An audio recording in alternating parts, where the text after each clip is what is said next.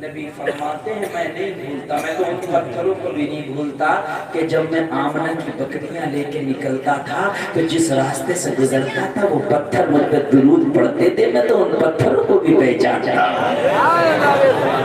और जलसे में बैठने वालों, तुम यहाँ बैठ कर नबी का जलसा सुन रहे, नबी तुम्हें भी देख रहे, तुम्हें भी पहचान रहे, तुम्हें भी जान रहे। क़यामत के दिन तुम्हारा ये जलसा सुनना, नबी इसको भी समझेंगे, इसे भी जानेंगे, इसे भी पहचानेंगे। लोगों के कान खोल कर सुनो, ये मुबारक महीना है, नबी दुनिया में तशरीफ लाए, ऐलान नबूवत कर दिया, ऐलान नबूवत किया तो बड़ों में सबसे पहले कलमा अगर किसी ने पढ़ा तो हजरत अबू बकर ने पढ़ा। सबसे पहले ऐलान नबूवत के बाद सबसे पहला कलमा पढ़ने वाला व्यक्ति हजरत अबू कहाफा का बेटा अबू बकर। सुनते जाए, मैं नबी की सीरत सुनाता हूँ लेकिन मेरा सुनाने का अंदाज अलग है। अबू बकर ने कलमा पढ़ा, अबू बकर ने कलमा पढ़ा।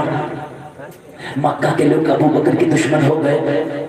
अबू बकर पर इतना जुल्म किया, इतना जुल्म किया, लोगों ने बिलाल के कोड़े बाद में मारे हैं, पहले अबू बकर ने पत्थर खाए, बिलाल को उमैया ने बाद में घसीटा, पहले अबू बकर ने खुदा की कसम नबी की मोहब्बत में जख्म खाए। एक दिन तो मक्का के लोगों ने हजरत अबू बकर को पकड़ लिया, कहने लगे तू मोहम्मद का कलमा पढ़ता है, तू मोहम्मद का कलमा पढ़ेगा। इतना मारा, इतना मारा, इतना मारा, हजरत अबू बकर का चेहरा पहचान में नहीं आया था, चेहरा सूझ गया था, पता नहीं चलता था ये अबू बकर है। हजरत अबू बकर बेहोश हो गए।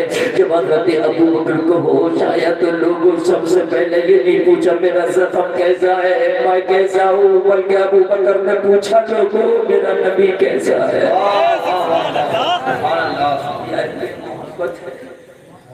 सबसे पहले अबू बकर ने पूछा तो ये पूछा बताओ लोगों मेरा नबी कैसा है। सबसे पहले कलमा पढ़ा अबू बकर ने, भी किसी ने नहीं पढ़ा। मर्दों में अबू बकर ने सबसे पहले जब कलमा पढ़ लिया तो मेरे नबी का मशगला था, मेरे नबी का काम था तिजारत। जी क्या था? और तिजारत हजरत खदीजा, ये मक्का की बड़ी मशहूर और शरीफ खातून थी, मशहूर भी थी और शरीफ भी थी और अमीर भी थी। नबी इनका माल तिजारत का लेके जाते थे। खदीजा मशहूर भी थी, शरीफ भी थी, अमीर भी थी।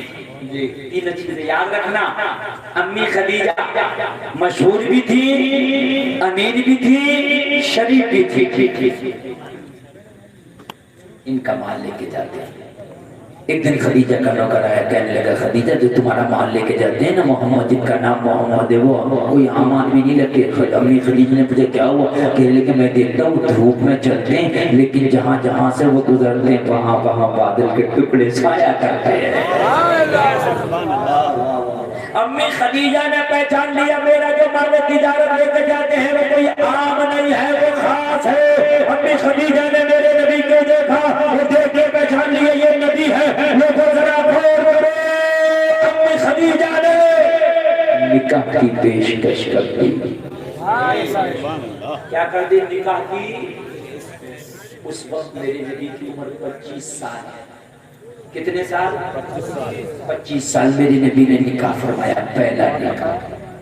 25 साल की उम्र में मेरे नबी ने अपनी खदीजा से पहला निकाह फरमाया और जब 40 साल की उम्र में मेरे नबी ने ऐलान नबूवत किया तो सबसे पहले औरतों में अगर कलमा पढ़ा तो अपनी खदीजा ने पढ़ा। हजरत खदीजा ने फिर पूरा मक्का जब मुखालिफ हुआ, पूरे मक्का के लोग गालियां बकते थे, नबी को पागल कहते थे, मजनू कहते थे, दीवाना कहते थे, नबी को पत्थर मारते थे। लोगों मेरे नबी जब घर में आते तो मेरे नबी के जख्म लगे होते, अपनी खदीजा मेरे नबी के जख्मों से खून रिस रहा होता, अपनी खदीजा उस खून को साफ करती थी और मेरे नबी के पट्टियां बांधती थी, लोगों पर हम लगाती थी। उस वक्त मेरे नबी से कहती थी मोहम्मद अरबी आप परेशान ना होना, अगर मक्का वाले मुखालिफ है तो हुआ करे, मक्का वाले दुश्मन है तो हुआ करे, मक्का वाले पत्थर मारते हैं तो मारा करे, मक्का वाले गालियां देते हैं तो दिया करे। आप परेशान ना होना, आपके साथ देने के लिए आपके साथ में आपकी खदीजा खड़ी है। और ये जलसे में आने वालों, खुदा की कसम अगर तुम्हारी बीवी तुम्हारे साथ हो जाए ना तो तुम जमाने की ठोकरों की परवाह नहीं करोगे। घर में अगर बीवी तुम्हारी मुखालिफ हो जाए ना तो दुनिया की दोस्ती तुम्हें पूर नहीं डालेगी। मेरे मुस्तफा की शरीके हो अपनी खदीजा जानती है, परेशान ना होना, मक्का करो, जितना जख्म चाहे दे लेना है। खदीजा जख्मों की पट्टी का बड़े जख्म दिए मक्का वालों ने, लेकिन अम्मी खदीजा ने हर जख्म पर अपनी ओढ़नी से एक टुकड़ा फाड़ कर मेरे नबी के जख्म पर पट्टी बांधी है। जो इस्लाम तुमको यहाँ तक मिला ना, इसमें अम्मी खदीजा का भी बहुत बड़ा रोल है। बहुत बड़ा रोल है। जो इस्लाम तुम्हें यहाँ तक मिला है, इसमें अम्मी खदीजा का भी बहुत बड़ा रोल है। जैसे अपनी खदीजा मेरे नबी की पहली बीवी है, पसंदीदा बीवी है। तुम्हें दुनिया का तो नाम याद है, मेरे नबी की पहली बीवी का नाम याद है, खदीजा। अल्लाह मेरे नबी की सारी औलाद लगभग इकाक को छोड़कर इन्हीं से, अम्मी खदीजा से। ये फातिमा की माँ है, सुभान अल्लाह के। हुसैन की नानी है, बोलो ना सुभान अल्लाह। और दोस्तों बोलो सुभान अल्लाह। आगे बढ़ते चले जाओ, जरा आगे बढ़ते चले जाओ। मेरे नबी पर जब कुरान नाजिल होना शुरू हुआ तो मेरे नबी कुरान मक्का वालों को बताते। मक्का के लोग तालियां बजाते हैं, कुरान की आवाज सहाबा तक ना पहुंच जाए ताकि कुरान यहीं पर रह जाए और वहां पहुंचे। लेकिन वो तालियां बजाते, कुरान को रोकने की कोशिश करते, अगर वो खुद तो खत्म हो गए। कुरान आज भी पूरी दुनिया में नजर आ रहा है। बहुत अच्छे इंग्लिश मीडियम में बच्चों को पढ़ाते रहो, कुरान की तरफ तवज्जो भी मना नहीं करता इंग्लिश मीडियम में पढ़ाने, लेकिन कुरान की तरफ तवज्जो दिलाओ अपने हर बच्चे को, चाहे डॉक्टर या इंजीनियर बनाओ, लेकिन कुरान जरूर पढ़ाओ। इसलिए कुरान के पैगाम को तुम्हें आगे बढ़ाना है। लोगों अपने बच्चों को कुरान जरूर पढ़ाओ, अपने बच्चों को कुरान का जो है जरूर पढ़ा दो ताकि तुम्हारे बच्चे डॉक्टर इंजीनियर बन जाए। लेकिन जब उन्हें कुरान पढ़ने का मन करे तो ज्यादा नहीं, एक बार या एक रुकू सही मगर कुरान की तिलावत कर लिया करें। मर जाओ तो कब्र में चले जाओ, लोगों तुम्हें मनोमर्ती के नीचे दफन कर दिया जाए। तुमने 1 करोड़ रुपया लगा के बेटी को MBBS कराया था, लेकिन कुरान नहीं पढ़ाया। ये 1 करोड़ की डिग्री तेरे काम नहीं आएगी, मेरी गारंटी है। तूने अपने बेटे को 2 करोड़ लगा के इसको जो है तूने जो है सरकारी जॉब दिलाया था, मगर ये सरकारी जॉब तेरे काम नहीं आएगी। तूने पायलट बनाया था, पायलट बनाना तेरे काम नहीं आएगा। मैं इन सब बातों को मना नहीं करता। तेरा दिल चाहे पायलट बना दे, तुम्हारा दिल चाहे इंजीनियर बना दो, चाहे डॉक्टर बना दो, लेकिन कुरान शरीफ जरूर पढ़ा दो ताकि तुम्हारे मरने के बाद ये तेरा पायलट बच्चा, तेरा डॉक्टर बच्चा, तेरा इंजीनियर बच्चा, तेरा गवर्नमेंट सर्वेंट बच्चा, ये जब तेरी खबर पड़ जाए तो कम से कम कुरान का एक पारे की तिलावत कर दे ताकि खबर में अल्लाह ताला तुझे सही बता सके।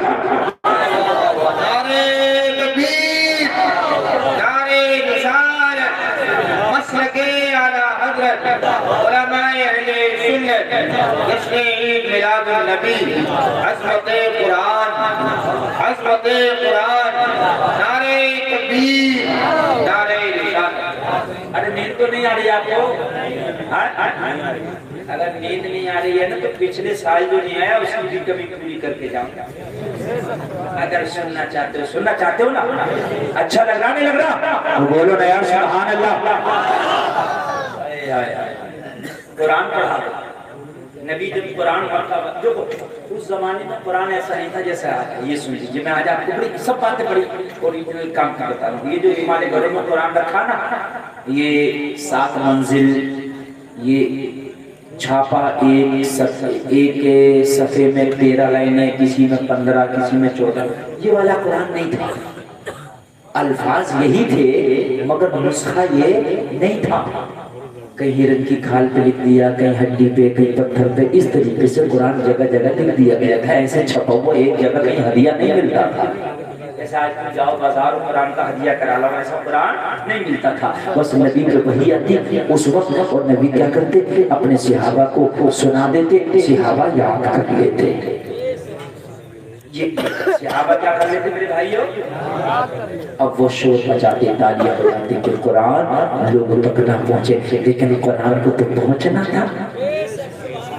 मक्का में तेजी से कुरान फैलने लगा, हर जगह कुरान का चर्चा, हर जगह कुरान की तिलावत। अबू जहल टेंशन में पड़ गया, जितना कुरान को रोक रहा हूँ ये तो इतना ही पढ़ रहा है, ये कैसे रुकेगा? किसी ने कहा अबू जहल कुरान का कमाल ये है जो कुरान को सुन लेता है वो कुरान की मान लेता है। कुरान ऐसा है जो कुरान को एक बार सुन ले, कुरान को सुनने में उसे बड़ा मजा आता है। अबू जहल ने उससे तो कुछ ना कहा, मगर दिल में इरादा किया जब ये बात है तो आज कुरान सुन के हम भी देखेंगे। जब ये बात है तो आज हम भी देखेंगे। रात ही ना रात जब सब सो गए तो अबू जहल अपने घर से निकला नबी के घर की तरफ। अबू जहल ने सुन रखा था कि जब रात को सब सो जाते हैं तो नबी कुरान की तिलावत करते हैं। रात को नबी कुरान की तिलावत कर रहे थे, अबू जहल नबी की दीवार से कान लगा के कुरान सुन रहा था। और अहले अरब था ये। अबू जहल भी कुरान को समझता था, इसलिए कि अरबी में कुरान था, उसकी जबान भी अरबी थी, समझता था। और अबू जहल को ये भी पता था ये सच्चा है कुरान, ये भी सुनता। और अबू जहल ये भी जानता था ये नबी भी सच्चे हैं, लेकिन हसद की बुनियाद पर न कुरान को मानता था न आमिना के लाल को मानता था। सुना, नजर उठा के देखा तो एक मक्का का शख्स और खड़ा हुआ दीवार से चिपका हुआ कुरान सुन रहा था। अबू जहल ने सोचा यार मामला खुल जाएगा, ये तो पूरे मक्का में कह देगा कि अबू जहल रात कुरान सुन रहा था। मैं तुम्हें मुखालफत करता हूँ, जब मैं मुखालफत करूंगा ये तो पूरे मक्का में कह देगा कि ये तो रात को सुन रहा था। क्या करें, बात बनाओ, बात बनाकर हर आदमी तो बात बनाओ जल्दी से। क्या कर रहा तू यहाँ? उसका नाम था अखनास। तू क्या कर रहा? अखनास बोला हमसे बात न पूछना, जरा तू बता तू क्या कर। वाह वाह वाह वाह, रॉन्ग साइड तू कैसे आ गया? तेरा यहाँ क्या काम है? अबू जहल बोला ये मेरी बात छोड़ दे, मैं तो इधर से गुजर रहा था और वो गुजरते गुजरते मुझे आवाज आई तो इसमें आके खड़ा हो गया, देखूं कैसी आवाज है, क्या बात है? अखनास बोला झूठ मत बोल, सच बता, तू मोहम्मद का कुरान सुनने नहीं आया? अबू जहल बोला तुझे कैसे पता कि मैं कुरान सुनने आया हूँ? अखनास बोला असल में सच बात ये है कि मैं खुद मोहम्मद का कुरान सुनने आया हूँ। मैं आज नहीं आया हूँ, मैं कई दिन से आ रहा हूँ। मैं एक दिन आ गया था, उस दिन से ऐसी लगी नींद ही नहीं आती जब तक सुनना। हाय हाय हाय वाह वाह वाह। यार एक बात बताऊं मैं, लोगों अगर अच्छा कारी अच्छी आवाज का मालिक अगर कुरान की तिलावत करने लगे तो सुनने में अच्छा लगता नहीं लगता है? अरे दुनियादार अगर कुरान पढ़े तो अच्छा लगता है। आमीने के लाल कुरान की तिलावत करते होंगे तो कितना अच्छा लगता होगा। बात है क्या? लेकिन शर्त ये है कि कुरान अच्छा पढ़ना सीखो। हमारे यहाँ कुरान अच्छा नहीं पढ़ना सीखते, शौक नहीं, इस बात का ज़ौक नहीं। ज़ौक पैदा करो, कुरान अच्छा पढ़ना सीखो। हाँ, अगर अच्छा कुरान पढ़ना सीखोगे तो ऐसा नहीं कि तरक्की नहीं करोगे, और ज्यादा तरक्की करोगे। टर्की का जो राष्ट्रपति है ना रजब तैयब एर्दोगान, कभी सुनना यूट्यूब पे निकाल के उसकी तिलावत, इतना जबरदस्त कुरान की तिलावत करता है कि तुम अपने बड़े से बड़े कारी को भूल जाओगे इसकी तिलावत सुनकर। अल्लाह ने उसे ऐसी बरकतों से नवाजा भी है कि इतना बड़ा औहदा भी है कि राष्ट्रपति है टर्की का। अल्लाह कहने लगा मैंने एक दिन कुरान सुना था, अबू जहल क्या करूं, रोजाना इतनी चाशनी, ऐसा लगा कि जब तक सुन नहीं लूं कुरान नींद नहीं आता मुझे। बोला सुन, आज के बाद मैं नहीं आना। अब अगर मैंने तुझे यहाँ देख लिया तो खैर नहीं है, अब आया तो आया, मगर अब नहीं आना। और अबू जहल मक्का का सरदार था, उसकी बात मानना थी। तो अखनस ने कहा भाई चलो हम तो नहीं आएंगे पर तुम भी मत आना। पता चला हमें तो मना कर दिया, बुला रहा। मुझे बोला पागल है क्या, यहाँ तो अभियान चला रहा हूँ, कुरान रोको अभियान चल रहा, कुरान रोको अभियान चल रहा हमारा, मांगे तो आ गया कैसे रे कैसे। ठीक है, बात पक्की हो गई, दोनों चले गए। रात आई तो ना अखनस को नींद आ रही है ना अबू जहल को, इधर ये परेशान उधर बहुत परेशान। वाह वाह, नींद नहीं, करवट पे डले रहे, नींद नहीं आ रही, नींद नहीं आई, करवट पे करवट ले रहे, आखिर सोचने लगा यार रोजाना अच्छे खासे जाके सुनते थे, सुकून मिलता था, नींद आ जाती थी, कहाँ रात अबू जहल के चक्कर में पड़ गए। अच्छा अबू जहल ने तो मना किया मत आना, तो वो तो आ गई नहीं, वो तो अभियान चला रहा कुरान रोको, वो तो अभियान चला रहा कुरान रोको। अभियान कुरान रोकने के हर जमाने में चले, इस जमाने में भी आया था, एक ने अभियान चलाया था कुरान से आयतें 26 आयतें निकालो, वो 26 आयतें तो ना निकाल सका, खुद ही निकल गया। नारे तकबीर, जोड़ा लगा नारे तकबीर, नारे रिसाल, हज़रत कुरान, हज़रत इस्लाम, नारे तकबीर। और ऐसा निकला एक दिन तो मैंने अखबार में पढ़ा, लखनऊ में कहीं फुटपाथ पे पड़ा हुआ धरना दे रहा था कि हमारे घर से निकाल दिया, कम से कम घर की चाबी तो दे दो। मैंने कहा वाले मसीह नजरी, अल्लाह की लाठी में आवाज नहीं है, तू कुरान से आयत निकालने की बात करता था, तू निकाल तो ना सका, अल्लाह ने तुझे ऐसा निकाला कि तुझे आज घर भी नसीब नहीं है। इंशाअल्लाह मरेगा तो खबर भी नसीब नहीं होगी।